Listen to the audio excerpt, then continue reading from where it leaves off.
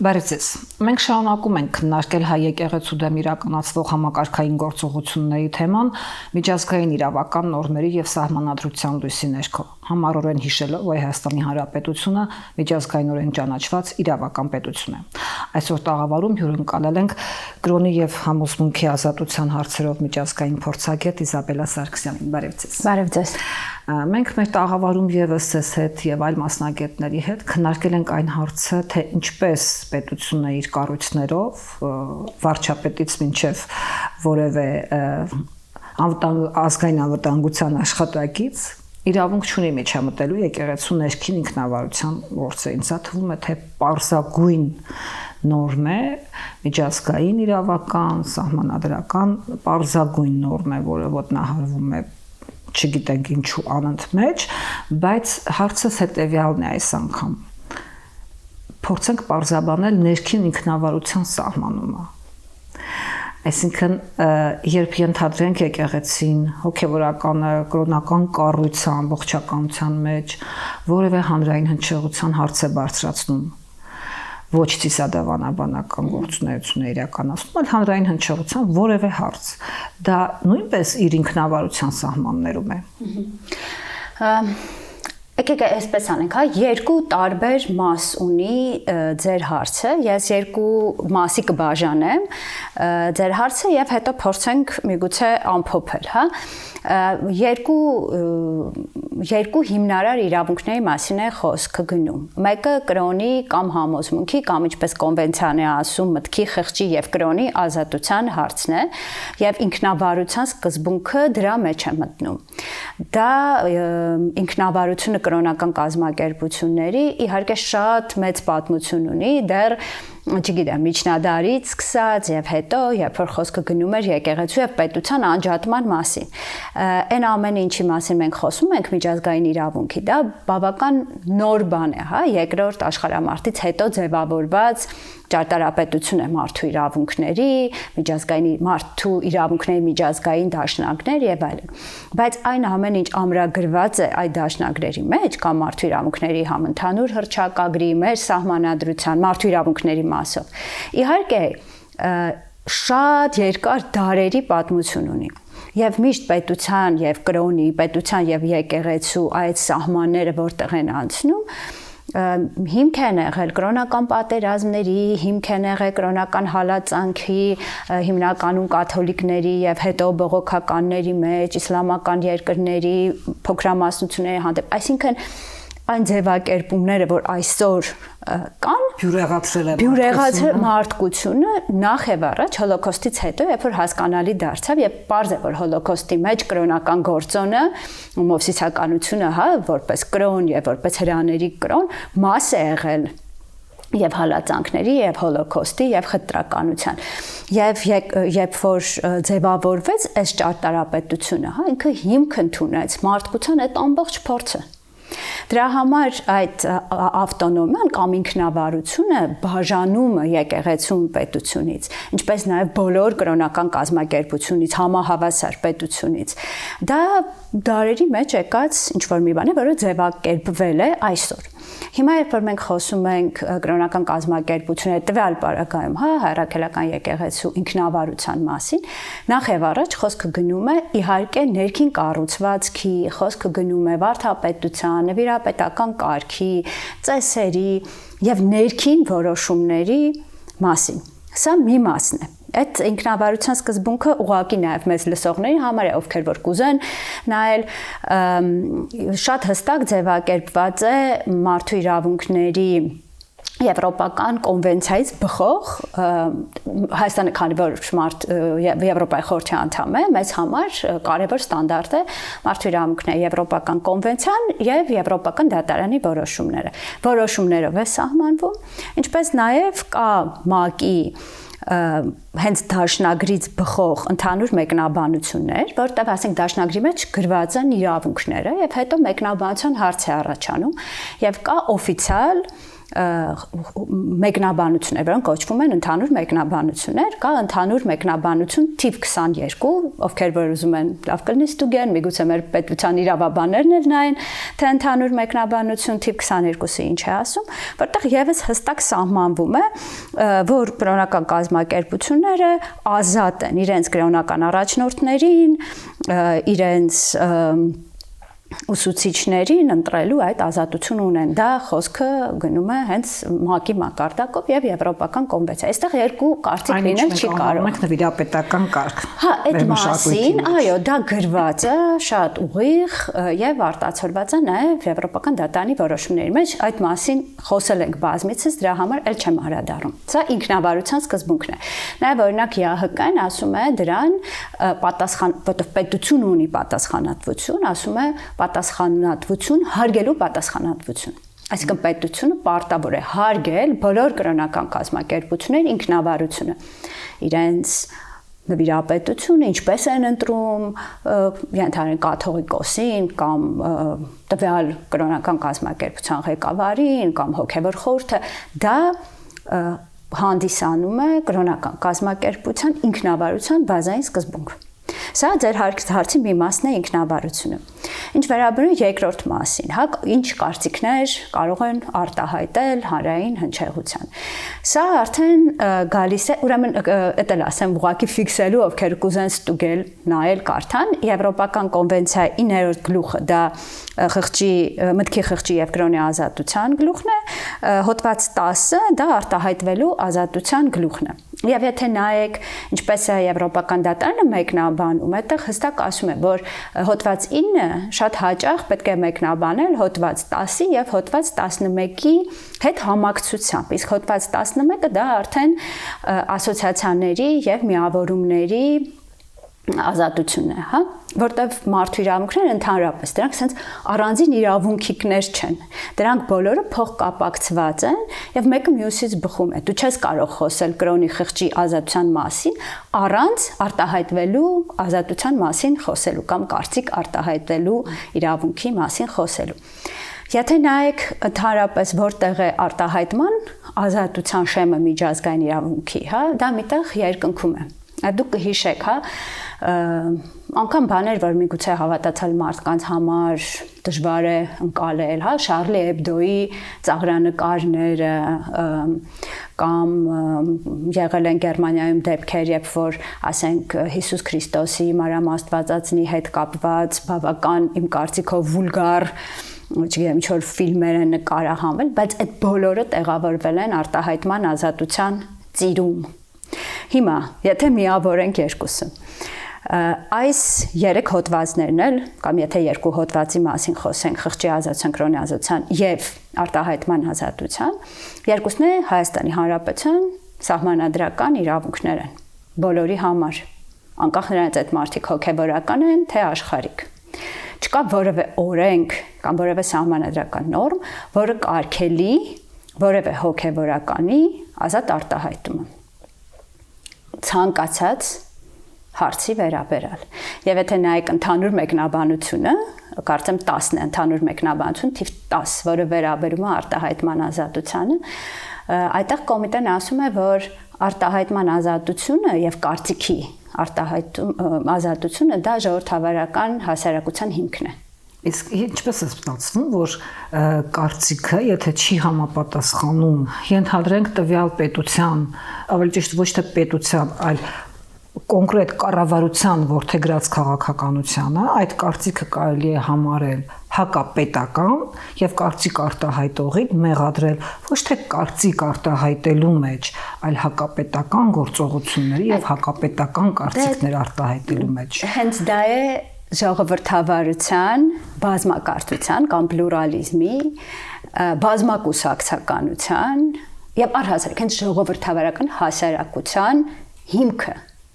որ տարբեր մարդիկ կարող են արտահայտել տարբեր կարծիքներ, անգամ եթե այդ կարծիքները առանձնապես հաճելի չեն։ Կա սահմանափակում, սահմանափակումը օրենքով է սահմանվում, դա բռնության կոչերն են, դա ատելության խոսքն է, դա, չգիտեմ, բռնության հրահրումն է, դա շատ ակնհայտ է,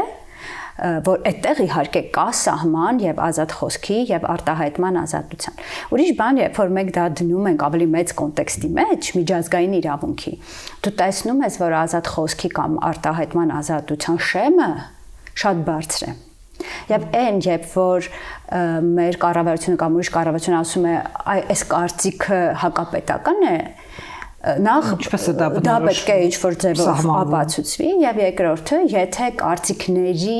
վերաբերյալ առաջ է գալիս գրաքննությունը կամ ցենզուրան, դա արդեն ժողովրդավարական հասարակություն չի եւ ժողովրդավարական պետություն չի, որտեղ կարծիքները կամ կարծիքի արտահայտումը կարող է հանգեցնել քրեական հետապնդման կամ այլ տեսակի հետևանքների։ Խորհուրդ եմ տալիս բոլորին կարդալ ընդհանուր մեկնաբանությունները ՄԱԿ-ի կոմիտեների,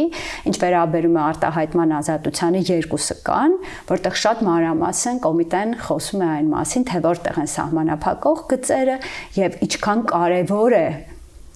եւ անհատ եւ հասարակության զարգացման համար կարծիքների բազմազանությունը։ Դուք մեջ բերեցիք մի գլուխ եւս ասոցիացիաների եւ միավորումների ազատության իրավունքը,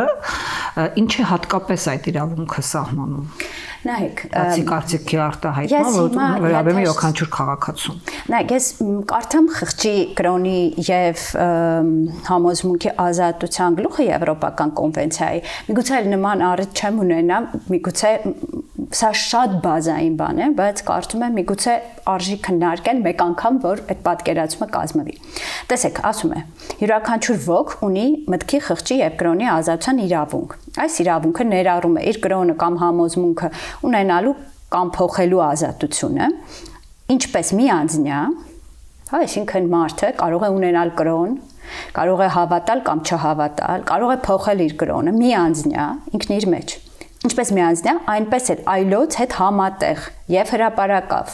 կամ մասնավոր կամքով քարոզչության, արարողությունների, պաշտամունքի ծեսերի միջոցով արտահայտելու ազատություն։ Կոպիտ ասած, այս հոդվածը դեռ ամենաառաջի փաստաթղթից մարդու իրավունքների ընդհանուր հռչակագրից ասում է, որ մարդը կարող է ունենալ կրոն, որը իր ներքին գործն է, որը իր անկախտելի իրավունքն է։ Ոչ ոք չի կարող ինձ ստիպել, որ ես փոխեմ իմ կրոնը կամ այլ կերպ մտածեմ կամ այլ համոզմունք ունենամ, դա իմ ներքին ֆորումն է, ներքին ինտերն ֆորումն է։ Եվ կա արտաքին աշխարհ, թե ինչպես եմ ես կարող եմ ունենալ կրոն եւ ես կարող եմ դրսեւորել այդ կրոնը։ Երբ որ մենք գալիս ենք դրսեւորումներին, ինչպես են դրսեւորվում բոլոր կրոնները, ուրիշ մարդկանց հետ միասին։ Մենք աղոթում ենք միասին, մենք ինչ-որ ծեսերի ենք մասնակցում միասին, մենք կազմում ենք եկեղեցի, ինչպես ժողով, հա, էկլեսիա, մենք հավաքվում ենք իրար հետ, մենք ծեսեր ենք անում միասին եւ բնականաբար կրոն ունենալու հարցը կարող է լինել անձնական տիրույթում նեղ, բայց կրոնը դրսևորելու իրավունքը միշտ կապված է այլ մարդկանց եւ միավորումների հետ։ Դրա համար է, որ հոդվածի նկատված է ուղիղ հոդված 11-ի հետ, որ ոչ միայն մարդը կարող է ինքն իր տանը նստի եւ հավատա իր Աստծուն, կարող է, եթե ուզում է, բայց ինքը իրավունք ունի այլ մարդկանց միասին միավորում ստեղծի, ինքը իրավունք ունի այդ միավորումը ձևավորել իր կրոնական պատկերացումների հիմքով, ինքը իրավունք ունի հանրային միջոցառումներ անելու, ինքը իրավունք ունի դասավանդելու իր կրոնը, ինքը իրավունք ունի իր երեխաներին մեծացնելու իր կրոնի մեջ եւ դրանք բոլորը հանրային կյանքի մաս են։ Դրա համար է հոդվածի կապված հոդված 10-ի հետ արտահայտման իրավունքի եւ կապված հոդված 11-ի հետ միավորումների, ասոցիացիաների եւ հավաքների ազատության հետ։ Տեսեք, մենք հիմա երբ խոսում ենք, միասին քննարկում ենք իրավունքի թեման այդ հարցում, մեզ կասեն, որովե մեկը չի արգելում որևէ քաղաքացու ունենալ կրոնի ազատություն, ենթադրենք լինել հայ եկեղեցու անդամ, մասնակցել հայ եկեղեցու ծեսերին, հակառակը դա նույնիսկ խրախուսում են մարդիկ, իրենք են մասնակցում այդ ծեսերին, իրենք են իրենց հռչակում այդ կրոնական կազմակերպության անդամ եւ որևէ սահմանափակում չկա, մենք ընդհանրապես ուզում ենք կաթողիկոսին փոխել։ Նայեք, Անա ջան, համարում եք, որ դա ձեր համար լավ կաթողիկոս չի, կամ մեր համար։ Հա, հիմա տեսեք, էլի մենք մի քիչ տեսության մեջ մտնենք, հա։ Ինչի է կրոնի խղճի կամ համոզմունքի ազատությունը առանձին հոդված։ Դա եթե չլիներ կրոնը որպես տրանսցենդենտ երևույթ, եթե չլիներ կրոնը որպես երբեմն իրացիոնալ, երբեմն անբացատրելի, հենց դրա համար դատարան, օրինակ եվրոպական դատարան ասել է, ես չեմ բացատրելու ինչ բան է կրոնը։ Ես իրավասու չեմ։ Կրոնը ակնհայտորեն ընկած է հավատքի դաշտում, տրանսցենդենտ։ Եվ ամեն կրոն ունի իր կրոնական պատկերացումները, սկսած դոգմաներից, աշխարհի արարումից, անդրաշխարհային կյանքի, չգիտեմ, իր հավատով հանգանակների, իր սրբերի կամ սրբերի բացակայության, իր պատկերացումները, չէ՞։ Հիմա գրեթե բոլոր կրոններում կամ որոնց որ ես ծանոթ եմ, կա պատկերացում, որ նվիրապետությունը միայն աշխարհիկ ընտրություն չէ։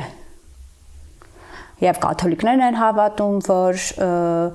Սուրբ Հոգու ներգործությամբ է ընտրվում Հռոմի Պապը, եւ մեր եկեղեցին է հավատում, որ վերջի վերջո օծումը ունի Սուրբ Հոգու ներգործություն եւ այլն։ Եվ այս թեմաները ինչ են դրել առանձին գլխով եւ ասում են, որ պետությունը այդտեղ չպիտի մտնի։ Որովհետև պետությունը չի կարող ասել, այս կրոնը ճիշտ կրոն է, այս կրոնը սխալ կրոն է։ Նամանավանդ Հայաստանում չկա պետական կրոն, մենք ունենք տարբեր կրոնական կազմակերպություններ, որևէ պետություն չի կարող որոշել, թե Սուրբ Հոգին այդտեղ ներգործություն ունեցել է, թե չի ունեցել։ Սա է խնդիրը, երբ որ պետությունը որոշում է, որ ինքը պիտի կաթողիկոսին հանի, նախ այդ պետությունը կամ այդ կառավարությունը խախտում է նաև դոգմատիկ խնդիրները տվյալ կրոնական կազմակերպության։ Ոչ միայն ինքնավարության։ Ոչ միայն այդ ինքնավարությունը մեծ այսպես ձևակերպում այդ ինքնավարության մեջ մտնում է, եթե դուք կարդաք այդ թվում ընդհանուր մեկնաբանությունը։ Մարդկանց պատկերացումները կրոնական իրենց դավանանքի մասին, որտեվ եթե դու ասես, կաթողիկոսը ձեր պետն է ու պետին հանում ենք ու դնում ենք, հավատացյալ մարդու համար դու դեմ ես գնում որոշակի աստվածային հոգևոր ապրումների որոշումների, այսպես ասենք։ Մեզնից ոչ ոք չի կարող մաս լինել այն խորհրդավոր ինչ-որ երևույթներին, որոնց որ մարդիկ հավատում են։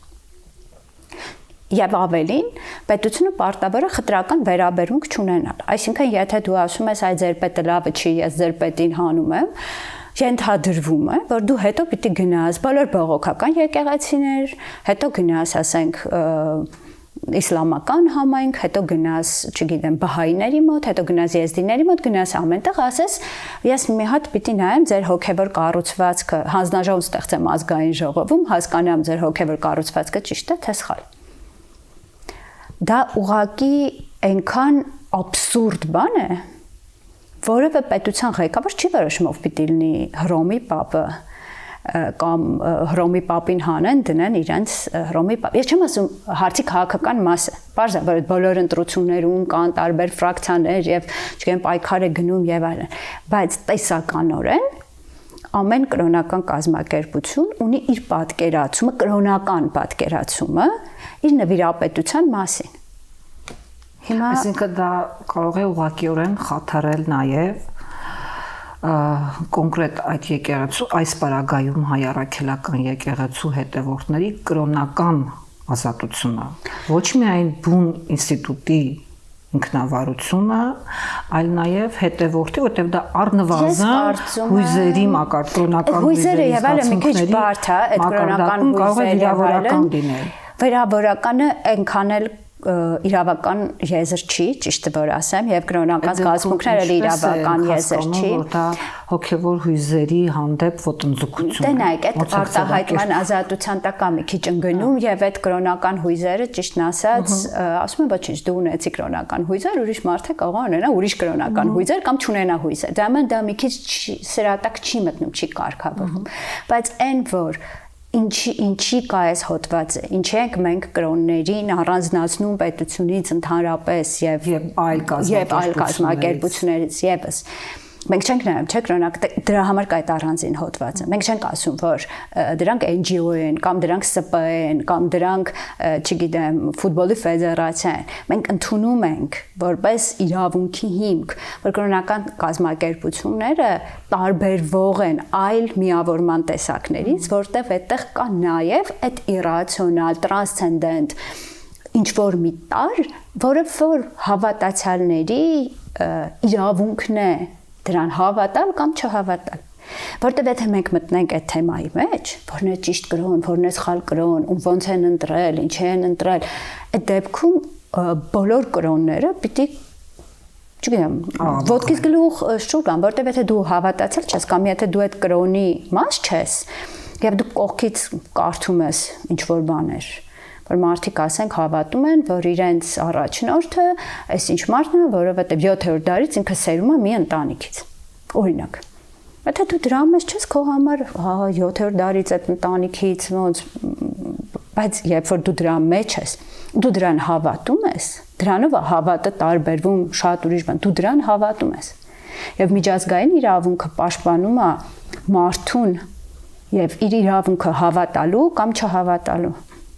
Իր իրավունքը հավատալու ուրիշների հետ կամ միանձնյա եւ ունենալ իր ծեսերը, իր դրա հետ կապված ամեն ինչ։ Հիմա եթե դու ասում ես միգուցե ես սխալվում եմ, այստեղ թող ավելի մասնագետները ինձ ուղեն, բայց եթե դու ասում ես, որ կաթողիկոսը պիտի հանեմ ձեր պետին եւ այլն, այդտեղ օծման հարց կա, այդտեղ դու մյուրոնն ես, Սուրբ մյուրոնն ես դնում հարցականի տակ, այդտեղ դու ընդհանրապես ամբողջ ավանդույթն ես կրոնական դնում հարցականի տակ, դա շատ նուրբ արդեն դաշտ է, որտեղ ըստ էության պետությունը չպիտի մտնի վերջակետ։ Քննարկենք իրավիճակ, երբ պետությունը մտել է։ Օրինակ, պետությունը հիմա մտել է այն դաշտում, որտեղ պիտի չմտներ եւ շարունակում է քայլել։ Դատարան է հասել ենթադրեն քրեական հետապնդման հետ կապված մի գործ, որ ընդհանրապես պիտի նույնիսկ վարույթ չընդունվեր։ Պիտի վարույթ չընդունվեր։ Հասել է դատարան։ Այսինքն մենք խոսում ենք հեռուստադիտողների համար էլի բացատրենք, որ մենք խոսում ենք այս պահին ամենայն հայոց կաթողիկոսի դեմ հարուցված քրեական վարույթից, որը վերաբերում է նրա ներքին եկեղեցու ներքին ինքնավարության աբսուրդ իրավիճակ է պայմանավորված որոշումների կայացմանը կաթողիկոսը կարող է որոշելով լինի եպիսկոպոս, ով չլինի եպիսկոպոս, որոշել է եւ հիմա դրա համար աշխարհիկ դատարանը նրան դատում է։ Կարճ ասած, սա է ամբողջ գործիությունը։ Ոչ միայն վարույթ է ընդունվել, իսկ պետությունն իր տարբեր մարմիններ արդեն մտել է եկեղեցու ինքնավարության տարածք, հայց է ընդունել, հետապնդում է կազմակերպվել, դատարան է հասել, լավ, այս դեպքում դատարանը ինչ արձագանք կարող է տալ, որտեղ դատարանը պետական ինստիտուտների մաս է, ինչ անի դատարանը։ Դատարանը պետական ինստիտուտների մաս է, այո, բայց դատարանը անկախ իշխանության թև է։ Ըստ մեր սահմանադրության իշխանության թևերը բաժանված են։ Եվ դատարանը անկախ իշխանության թև է։ Եվ դատարանը չպիտի ընդհանրապես վարույթ ընդուներ այդ գործը։ Ի սկզբանե կարգալույց արված քահանաների գործը։ Այդ գործերը չեն քննվում ընդհանրապես աշխարհիկ դատարաններում։ Եվ կան այլ երկրներում նմանատիպ գործեր, երբ որ օրինակ կանայք են դիմել դատարան, ասել են, որ իրանք ուզում են մաս լինել նվիրապետական, ասենք կաթոլիկ նվիրապետական համակարգի, գնացել են աշխարհիկ դատարանը ասել է ներողություն, մենք այդ հարցը չենք կարող քննել։ Անկամ իրավահավասարության բոլոր իրավունքները հարգելով եւ կանանց իրավունքները հարգելով, սա աշխարհիկ դատարանի ոլորտը չի, գնացեք ձեր համայնքի մեջ այդ հարցերը բարձրացրեք, ներքին պրոցեսով տարեք առաջ, թող համաձայնեն, դուք ծառայեք, մենք դրան չեն կարող որևէ իրավական գնահատական տալ, որը չեն ընդունում նման գործերը, վերջակետ։ Հիմա ընդունել են այս գործը, առաջ է գնում։ Ես չգիտեմ ինչ կլինի, ամսի 28-ին է դատը, միգուցե նոր ինքնաբացարկ կլինի կամ միգուցե չլինի, բայց ես կարծում եմ, որ եթե այս գործը շարունակվի բոլոր արձաններով, սա պետք է գնա սահմանադրական դատարան եւ սահմանադրական դատարանը պետք է այս հարցին պատասխանի եւ եթե ոչ առհասարակ ես կարծում եմ, որ այս առաքելական եկեղեցուց ամբողջ գործը պիտի գնա մարդու իրավունքների եվրոպական դատարան անպայման։ Մարդու իրավունքների, ընդհանրապես իրավակարգության հետ կապված նույնիսկ այնքան տարրական գիտելիք է, որ դժվար է պատկերացնել, որ ամբողջ պետական համակարգը դա չունի։ Այնուամենայնիվ մենք տեսնում ենք այդ գիտելիքի ոտնահարում եւ տեսնում ենք սահմանադրական կարգի ոտնահարում, հետեւաբար նաեւ միջազգային նորմերի ոտնահարում, փաստացի։ Սա ինչպես է ազդում մեր պետության հեղինակության վրա։ Իսկ եկեղեցու խնդիրներ են, բայց մենք նաեւ այս պետության քաղաքացի ենք եւ փաստորեն մեր պետություն իրեն ինքնադրսևորում է որպես հակապետություն։ Առավել եւս մի այնպիսի վիճակում, երբ մենք ցկտում ենք եւ հայտ ենք ներկայացում Եվրամիության անդամության։ Ես պիտի ցավով արձանագրեմ, մենք այս խոսակցության սկզբում անդրադարձանք մարդու իրավունքների ճարտարապետությանը, հետ երկրորդ համաշխարհային պատերազմի այդ բոլոր process-ներին, երկրորդ համաշխարհայինի կատաստրոֆայից, հոլոկոստից, այդ ամենից հետո եւ այդ մարդկության միգուցե խղճի կամ չգիտեմ ինչ որ մի զարթոնքի, երբ որ նաև ձևավորվեց այդ մարդու իրավունքների եւ օրենքի վրա հենված մարդու իրավունքների հարգանքի վրա հենված որոշակի միջազգային ճարտարապետություն։ Հիմա բոլոր փորձագետները խոսում են այն մասին, որ կարծես թե այդ միջազգային համակարգը առանձնապես լավ չի աշխատում այլևս։ Որ ելի մենք տեսնում ենք ուժեղի իրավունքը, ելի մենք տեսնում ենք, որ փոքր եւ միջին պետությունները մեծ դժվարություն ունեն այս աշխարհում, կարող եք լսել Կանադայի վարչապետի ելույթը բավական վերջերս, որտեղ հենց այդ մասին էր խոսում, որ այդ ճարտարապետությունը կարծես էլ չի աշխատում։ Եվ ոչ միայն ինքն էր ասում, շատերն են ասում։ Հիմա ես չգիտեմ, մեր միջազգային հեղինակությունը ինչ կլինի, ինչ չի լինի, շատ դժվար է այս հարցին պատասխանել այս փոփոխվող աշխարհում եւ այսպիսի գեոպոլիտիկ մեծ շարժերի մեջ եւ որքանով է դա էական ընդհանրապես աշխարհի համար այլևս ճիշտը որ ասեմ։ Ես գիտեմ, որ մեզ համար է դա կարեւոր։ Մեզ որպես Հայաստանի քաղաքացիներ որպես այստեղ ապրող մարդկանց, որովհետև մենք գիտենք պատմությունից, որ միշտ մեծ կատաստրոֆաները սկսվում են նմանատիպ process-ներից։ Փոքրերից։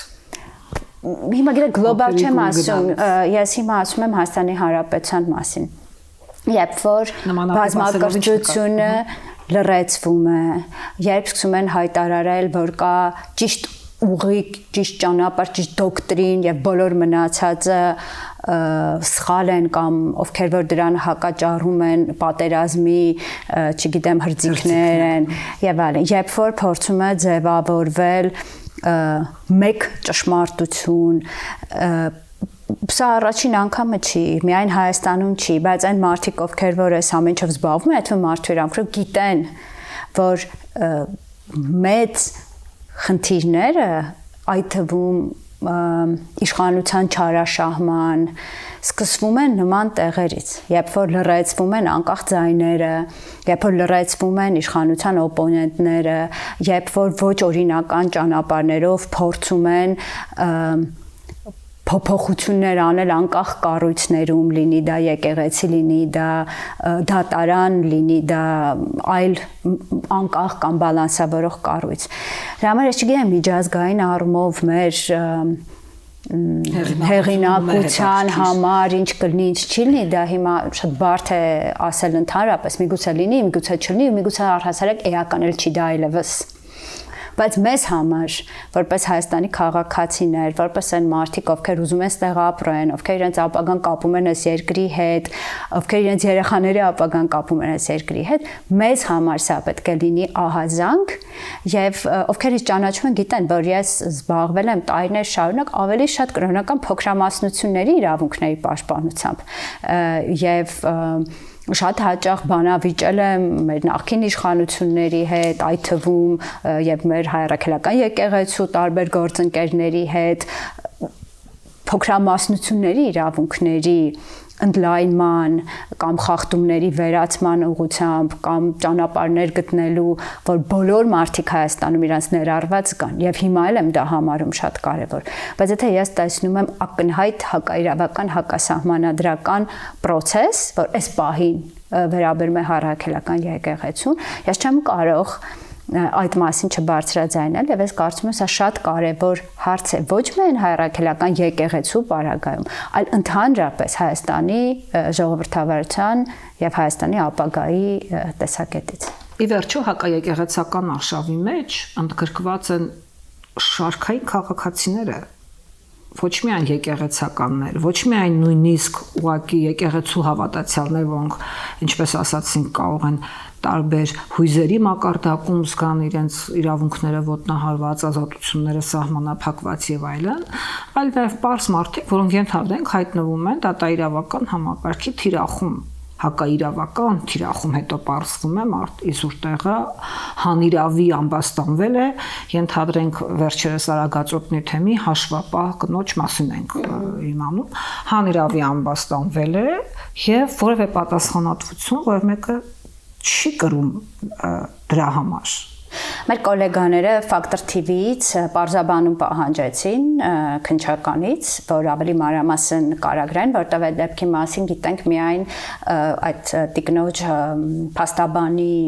Facebook-յան գրառումից եւ այդ որոշման միայն վերջին էջներ հրապարակված, ինչից ակնհայտ էր դառնում, որ այդտեղ կա սուտ մատնության տարեր, այսինքն մարդիկ, ովքեր որ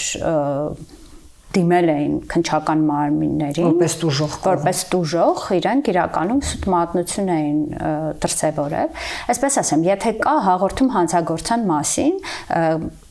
քննչականը պարտավոր է հետաքննել շատ լավ բայց ինչու է կալանք տալիս այնտեղ չգիտեմ 7 միլիոնի թե ինչ էր աշխատավարձ փոխանցել չփոխանցելու հարցի թեմա էր դա ինչ որ առանձնապես խոշոր ծավալներով տնտեսական հանցագործություն չի ոչ էլ ասենք չոր լուրջ քրեական հանցանք է ինչի համար որ դուք մարդուն կալանք եք տալիս այսինքն դա ոչ իրավաչափ է առաջինը երկրորդը նմանատիպ շատ բողոքներ կան դատարաններում, որ կամ քննչականում, որ չգիտեմ աշխատավարձը չեն ստացել կամ եւ ես չգիտեմ, պետք է միգուցե լրագրողները հարցում ներկայացնեն, տեսնենք այդ քանի դեպքում են ընդհանրապես վարույթ նախաձեռնում եւ քանի դեպքում են կալանք տալիս այդ մարդկանց։ Այսինքն այստեղ անհամաչափ եւ խտրական վերաբերմունքի հարց կա։ Երկրորդը, եթե կա սուտ մատնության հատկանիշ, սա մեր հոդված քրեական օրենսգրքի հոդված 476 որն ասում է, որ սուտ մատնությունը իրավասու մարմնին հանցագործության դեպքի կամ անձի կողմից հանցան կատարելու մասին սուտ տեղեկություն տալն է, հա, ինչը լրիվ համապատասխանում է այդ երևույթին, ինչին մենք ականատես եղանք, այստեղ հենց նույն քննչականը պետք է վարույթ նախաձեռնի այդ մարդկանց դեմ սուտ մատնություն, այո, սուտ մատնության տվողի դեմ եւ սա պատժվում է տուգանքով, առավելագույնը 20 պատիկի չափով կամ հանրային աշխատանքներով եւ առավելագույնը 2 տարի ժամկետով կամ կարճաժամկետ ազատազրկմամբ եւ ինձ թվում է կարիք կա տեսնելու արդյոք ինչ որ գործողություններ քննչականը նախաձեռնել է թե ոչ այս կոնկրետ գործով այստեղ մի բան էլ կա որ որքան հասկացա այդ կարգալուց արված հոգեվորական է եւ նրա կինը ինչը արդեն խմբակային չգիտեմ նախնական պայմանավորվածությամբ է թե ոչ դա արդեն դատարանը պիտի պարզի բայց սա շատ լուրջ հիմք է եւ եթե չլինի որևէ շարունակություն կստացվի որ այդ կնոջը հանիրավի կալանավորել են եւ ինքը պետք է գոնե կոմպենսացիա ստանա Եվ սա կարկառուն խտրական վերաբերմունքի դեպք է, որովհետև իմ գոլեգաները, ովքեր որ աշխատում են օրինակ խոշտանգումների հարցով, գիտեն, որ երբ որ խոշտանգման մասին հաղորդում են տալիս, այդ մարդուն մի քանի անգամ հարցնում են, արդյոք դու տեղյակ ես սուտ մատնության հոդվածի մասին, որովհետև պարզվի, որ չի խոշտանգում տեղի չի ունեցել, դու պատասխանատվություն ես կրելու դրա համար։ Ես չգիտեմ, ասենք օրինակ այս կարծիքալուց արված հոգեվորականին քննչականում զգուշացրել են, որ այստեղ կա սուտ մատնության հատկանիշ, թե ոչ, թե անգամ չեն զգուշացրել եւ այդպես արագ բարույթ է նախաձեռնել, արագ կնոջը կալանքի են ենթարկել, այսինքն սա շատ ակնհայտ է, որ ինձ համար գոնե միգուցե հիմա մի քիչ իրավունքի դաշտից ես դուրս գամ, բայց մի փոքր հիշեցնում է սովետական ժամանակների դանոսները, որ մարդիկ ուղղակի դանոս են գրում եւ լավ է որ քննչականը գնացել է, parzer է, շարժերը նայել է եւ տեսել է որ նման բան տեղի չի ունեցել։ Առաջ ուղղակի կարող էին մարդուն տենց սուտ մատնության հիման վրա գնդակահարեն, այստեղ պետք է նաեւ շնորհակալ չէ, բայց չէ, պետք է մենք այստեղ արժանի մատուցենք քննչականին, որ գնացել են մարդիկ, նայել են, տեսել են, որ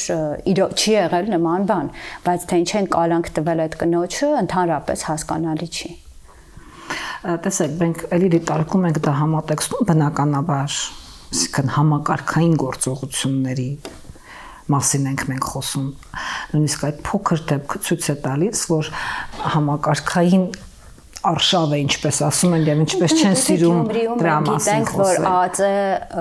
աշխատակիցները մոտեցել են հոգեվորականներին։ Հիմա ես չգիտեմ, ես չունեմ կոնկրետ օրինակներ, բայց կարող եմ մտածել, հա, որ միգուցե կան մարդիկ, ովքեր աշխատում են ինչ-որ պետական հիմնարկներում, եւ օրինակի համար ուզում են գնան կիրակնորա պատարագի կամ ժամերգության, եւ գիտեն, որ այդտեղ ԱԾ աշխատակիցները կարող են լինել, մուտք ու ելք լինեն։ Արդյոք մարդիկ կարող են լիովին եւ լիարժեք իրականացնել իրենց կրոնի համոզմունքի խղճի ազատության իրավունքը, թե ոչ։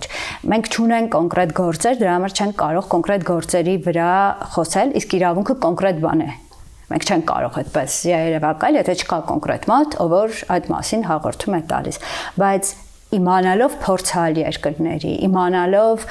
թե այս իրավիճակներում ինչ է տեղի ունենում, մենք գիտենք, որ այն երկրներում, որտեղ նման սահմանափակումներ կան, որտեղ որ ԱԱԾ-ն ներգրաված է նման պրոցեսների մեջ, միշտ կան այն հավատացյալների խմբերը, որոնք որ սկսում են խուսանավել կամ չեն կարողանում լիովին իրականացնել կամ հոգեվորականից սկսում են տուն կանչել եւ այս իրավիճակը բնականաբար մարդկանց վրա եւ իրենց իրավունքը լիարժեք իրականացնելու վրա ունենում է հետևանքներ։ Վերջին հարցը հրապարակվեց արդեն պաշտոնապես կառավարության ծրագիրը, որտեղ ակնհայտ հակաիրավական կետ է պարունակում։ Եվ հակասահմանադրական իսկ բոլոր առումներով, բայց դա մեր Հայաստանի Հանրապետության կառավարության ծրագիրն է։ Էլի հերոստատիտողներին հիշեցնենք, որ խոսքն այն մասն է, որ կառավարությունը իր ծրագրում կետ է սահմանել, որի համաձայն պիտի իրականացնի հակասահմանադրական, հակաիրավական գործողություն եւ գործընթաց սկսի հայ եկեղեցու նվիրապետական կարգի դեմ որպես իրեն տված քվեների իրավունքի իրացում։ Իրավական առումով սա նշանակում է կառավարություն, որը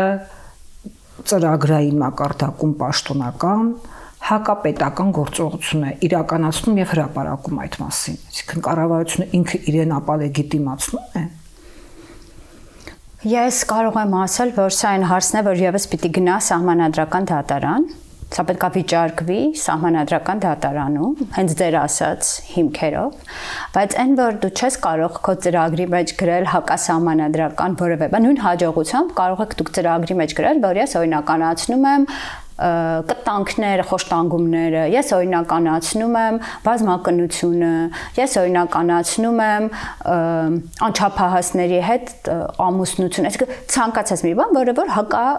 սահմանադրական է, որտեղ մեր սահմանադրությունը հստակ սահմանում է այդ թվում կրոնի խղճի եւ համոզմունքի ազատության նորմերը եւ ստանդարտները եւ դրանք մաս են վերջի վերջո նաեւ մենք մաս ենք միջազգային իրավունքի։ Դու քո ծրագրի մեջ չես կարող գրել բաներ, որոնք որ հակասում են քո իսկ սահմանադրությանը եւ քո միջազգային պարտավորությունը եւ դու ես դրա երաշխավորը։ Դա ուղղակի աբսուրդի ժանրից է, դա անընդունելի է, դա անհնարին է եւ ես կարծում եմ, որ սա պետք է վիճարկվի սահմանադրական դատարանում անպայման եւ պետք է տեսնել, թե ինչ կասի սահմանադրական դատարանը։ Ոչ թե կքննարկենք արդեն սահմանադրական դատարանի վերաբերմունքը այս ամենին։ Դե մնում է հուսալ, որ այնուամենայնիվ դատական իշխանությունը կարող է հակակշիռ լինել։ Գիտեք, շատ երկրներ կան շատ ավելի քիչ ժողովրդավարական թղթի վրա, որտեղ որ դատական համակարգը եւ դատավորները իրոք փորձում են բալանսավորել գործադիրին եւ օրենսդիրին շատ հաճախ եւ մնում են վերջին ապավենը ժողովրդավարական ինչ-որ process-ների։ Ես շատ հույս ունեմ, որ սահմանադրական դատարանը այնուամենայնիվ չի կարող ասել, որ մածունը սև է։ Քանի որ երբ որ դատարանը մտնում է հակասահմանադրական դաշտ, դա շատ ավելի ծանր բան է, քանի որ քաղաքական գործիչներն են նման ոլորտում փորձում խոսել կամ գործել։ Շատ լավ, շնորհակալ եմ հյուրընկալվելու եւ զրույցի համար։ Հիշեցնեմ, որ մեր տաղավարում կրոնի կամ համոզմունքի ազատության հարցերով միջազգային փորձագետ Իզաբելլա Սարգսյանն էր։ Քննարկումները կշարունակվեն։ Ամենայն բարիք։